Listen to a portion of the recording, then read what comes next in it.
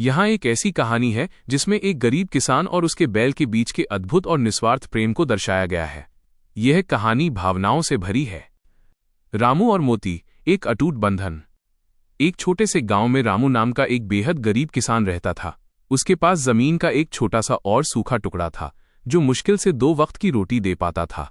लेकिन रामू के पास एक ऐसी दौलत थी जिस पर उसे दुनिया में सबसे ज्यादा नाज था, उसका बैल मोती। मोती कोई साधारण बैल नहीं था। उसका कद ऊंचा, सींग नुकीले और आंखें ऐसी थीं जैसे वो इंसानों की हर बात समझता हो। रामू और मोती का रिश्ता मालिक और जानवर का नहीं बल्कि पिता और पुत्र जैसा था। रामू खुद आधी रोटी खाता, लेकिन मोती के लिए हरी घास और गुड़ का इंतजाम जरूर करता। जब रामू खेत में हल चलाता तो मोती को हाँकने के लिए उसे कभी चाबुक की जरूरत नहीं पड़ी। रामू का एक इशारा और मोती पूरी ताकत से जमीन चीर देता। संकट की घड़ी। एक साल गांव में भयंकर सूखा पड़ा। बारिश की एक बूंद नहीं गिरी और रामू की फसल पूरी तरह बर्बाद हो गई।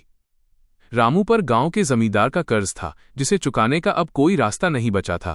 क्रूर जमींदार अपने लठैतों के साथ रामू के दरवाजे पर आ धमका और बोला, रामू, या तो मेरा पैसा दे या फिर ये बैल मेरे हवाले कर।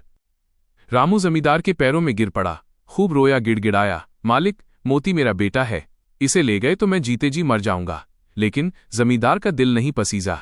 उसके आदमियों ने मोती के गले में मोटी रस्सियां बांधी और उसे खींचने लगे। मोती ने अपने खूंटे से हिलने से इनकार कर दिया। वो बार बार रामू की तरफ देखता और उसकी आंखों से मोटे मोटे आंसू गिर रहे थे। रामू ने रोते हुए मोती के माथे को चूमा और कहा, जा मोती, मेरी किस्मत ही खूंटी है। ये सुनकर मोती ने सिर झुकाया और भारी कदमों से जमींदार के आदमियों के साथ चल पड़ा।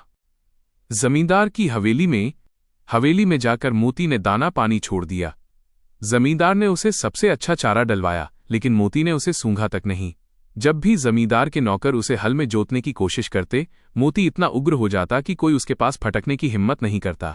जमींदार क्रोधित हो गया। उसने आदेश दिया, इस अड़ियल जानवर को भूखा रखो और कल इसे चाबुकों से मारकर सीधा करो। तूफान और चमत्कार। उसी रात गांव में अचानक मौसम बदला और भयानक तूफान के साथ मूसलाधार बारिश होने लगी। गांव के पास बहने वाली नदी उफान पर आ गई। आधी रात को खबर आई कि जमींदार का इकलौता बेटा नदी पार करते समय बाढ़ में फंस गया है और उसकी बग्घी कीचड़ में धंस गई है। गांव के लोग और जमींदार दौड़कर नदी किनारे पहुंचे। तेज बहाव और दलदल के कारण कोई भी घोड़े या बैल बग्घी को खींच नहीं पा रहे थे। पानी का स्तर बढ़ता जा रहा था।